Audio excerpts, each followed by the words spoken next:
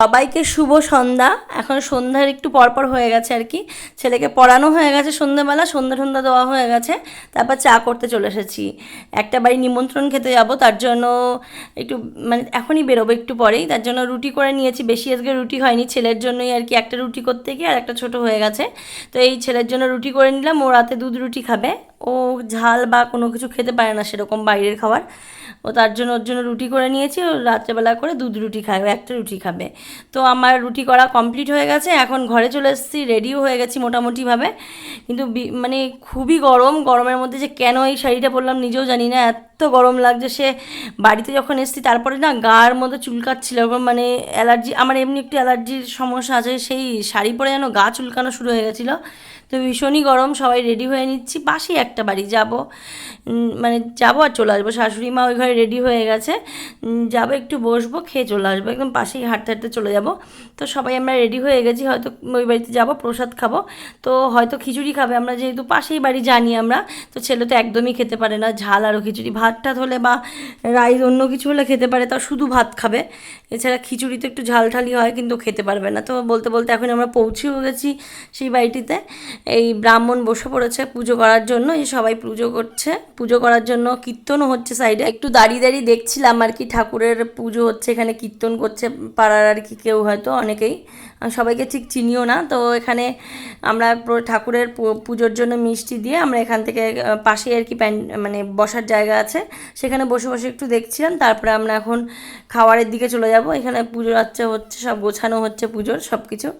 আর আমরা এখন খাওয়ারের দিকে এক্ষুনি চলে যাব। এই চলেও এসেছি বলতে বলতে।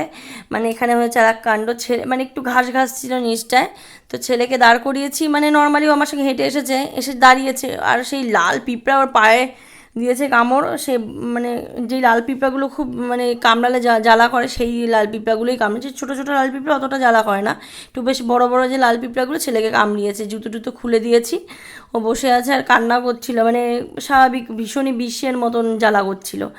বলতে বলতে পরের দিন সকালবেলায় যে আপেল কেটে দিলাম ছেলেকে, সকালের খাওয়া দাওয়া হয়ে গেছে, একটু আপেল কেটে দিয়েছি।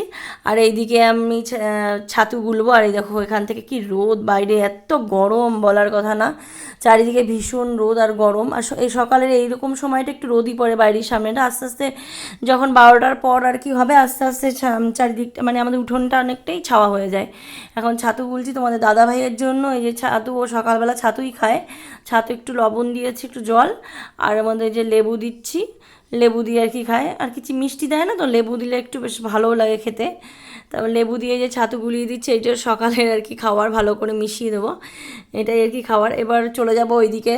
ওইদিকে বলতে গিয়ে ছেলেকে স্নান করাবো, এরপরে স্নানের দিকে চলে যাব। ছেলেকে সকালে খাওয়ানো দাওয়ানো হয়ে গেছে, এবার স্নান করিয়ে দিয়েছি এই যে ছেলেকে।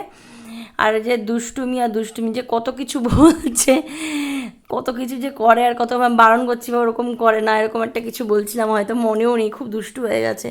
বড় হতে হতে একটু মানুষ মানে দুষ্টু হয়ে যায় বাচ্চা কাচ্চারা। ছোটোবেলায় যত ছিল তত যেন শান্ত শান্ত ছিল, যে এখন কত রকম যে কথা, কত কিছু। আর এই যে বাচ্চাদের আর কি স্নান করানো আর খাওয়ানো, মানে এই যে কত বড় কাজ, এরকম একটা মনে হয় যে স্নান করানো, যে স্নান মানে স্নান ধরো করালাম, এবার যে রেডি করানোর সময় যে গা মোছানো, এদিক ঘুরবে ওই দিক ঘুরবে, এদিক হাঁটবে, মানে চেপে চেপে ধরে ধরে কাজ, মানে স্নান টান করানো লাগে, খাওয়ানো লাগে, মানে এরকম একটা ব্যাপার। জল খাওয়ানো লাগে, মানে ওর পেছনে মানে কথা বকতে বকতেই আর কি হয়ে যায়। ব্রাশ করো, ব্রাশ করতে গেলে ব্রাশ দিয়ে দেবো কলগেটে, এরকম একটার পর একটা। এবার ছেলেকে আবার রেডি করিয়ে দিয়ে আমি যাবো স্নানের দিকে। স্নান করে তারপরে হচ্ছে গিয়ে পুজো দেবো, এইদিকের কাজ আছে, আর একটু কাছাকাছিও বাকি আছে, সেগুলো করব। কতটা কি দেখাতে পারবো আমি জানি না, কারণ বাচ্চার পেছনে দৌড়তে দৌড়তে আর কি অর্ধেক সময় চলে যায়, এরকম একটা ব্যাপার। ওকে খাওয়ানো, স্নান করে, জায়গায় দেখছো কথা শোনে না এরকম, এরকমটাই করে বাচ্চারা, এদিকে আয় অন্যদিকে চলে যায়, এই হচ্ছে কাজ ওদের।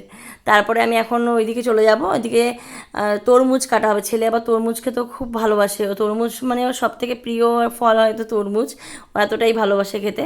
তো এই তরমুজ কাটা হয়ে গেছে, ফ্রিজে আমি রেখে দিয়েছিলাম আমারটা আর কি।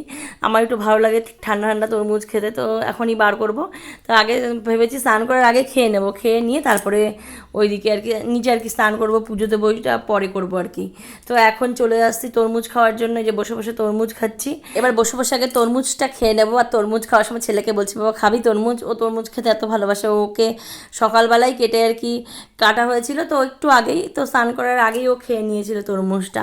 ওকে পিস পিস ছোটো ছোটো পিস পিস করে বীজগুলো বাদ দিয়ে দিয়েছে, চামচ দিয়ে আর কি ধরে ধরে, কাঁটা চামচ দিয়ে ধরে ধরে খেয়ে নিয়েছে।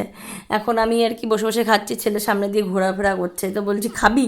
তো বলছে না এখন আমি খাবো না। আর ও ঠান্ডা তরমুজ খায় না, ও ঠান্ডা কোনো কিছুই ওকে খাওয়াই না, ফ্রিজের আর কি ঠান্ডা কিছু, মানে মানে খুব গরমেও গরম, মানে এমনি নর্মাল জলই খাওয়াই, নর্মাল জলের মধ্যে একটু হালকা মানে ঠান্ডা জল দিই, কিন্তু নর্মাল জলের মতন করেই খাওয়াই, কিছু আর কি ঠান্ডা কিছু খাওয়াই না, শুধু আইসক্রিমটাই খায়, তাও খুব যে বরফ বরফ খাওয়া, খুব ডিপ আর কি ঠান্ডা সেরকমটা খায় না, একটু হালকা গলে গলে যায় তখন খাওয়াই। বাচ্চা কাচ্চাদের হট করে এমনি ঠান্ডা, এত সাবধানে থাকা হয় তবুও কদিন পর পর মানে শরীর খারাপ ছাড়ে না, এই জ্বর এই সেই লেগেই থাকে। তার জন্য আর কি তাও সাবধানেই থাকা হয়। এই যে স্নান টান করা হয়ে গেছে, আমার এখনও স্নান হয়নি, আর এই যে আমাকে বলছে মাম্মাম বসো, আমি তোমার চারিদিক দিয়ে গোল গোল করে সাইকেল চালাবো। এই ছোট্টোবেলার থেকে এই অভ্যাস ওর, এরকম কাউকে পেলে তার চারিদিক দিয়ে গোল গোল করে সাইকেল চালাতে ওর খুব ভালো লাগে। তো আমাকে এরকম বসিয়ে রেখেছে, ওর কি মাম্মাম বসো, আমি চারিদিক দিয়ে গোল গোল করে সাইকেল চালাবো। তো যাই হোক আমি একটু বসেই আছি ওর পাশে। তো যদি ব্লগসটি ভালো লেগে থাকে অবশ্যই চ্যানেলটি সাবস্ক্রাইব করে দিও এবং আমার পাশে থেকো। তো সবাইকে টাটা। এখন তাড়াতাড়ি করে আগে স্নান করে পুজোটা দিয়ে নেবো, এদিকে আবার ভাত ঠাত দেওয়ার জন্য দেরি হয়ে যাচ্ছে।